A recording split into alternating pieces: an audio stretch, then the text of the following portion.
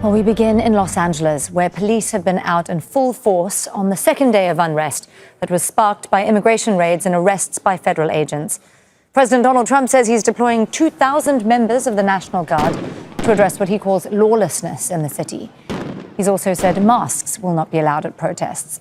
The biggest demonstrations have been happening overnight in Compton and Paramount, both of them in south central LA, where street battles broke out between police and protesters. Officers have been using tear gas and flashbang grenades, as you see there, to disperse the crowds. Phil Lavelle has more now from Compton in LA County.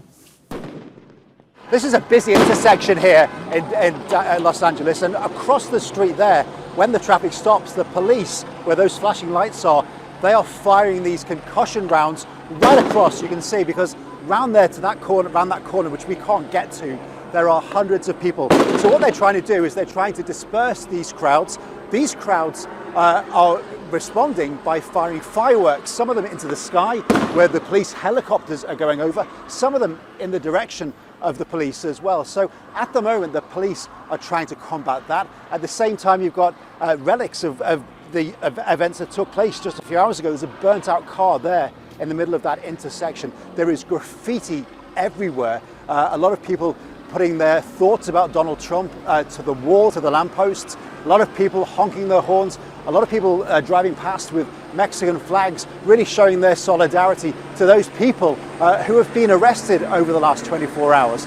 In terms of the numbers of people who've been detained, we know that the Los Angeles County Sheriff's Department has taken 2 people in to custody. Now those are relating to, there we go, there's another flashbang, relating to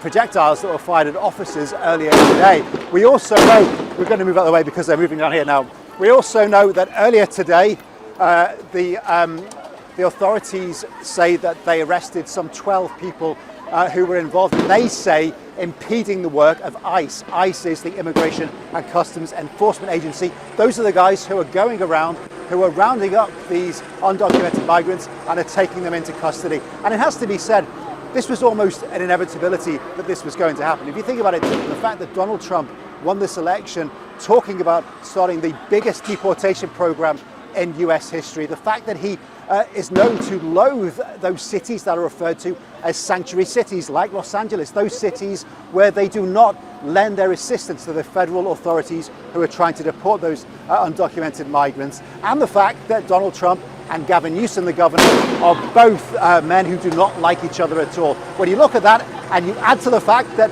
Los Angeles, the US's second largest city, has a massive Latino immigrant population, many of whom are undocumented, you could see that this was inevitably going to happen at some point along the line. Make sure to subscribe to our channel to get the latest news from Al Jazeera.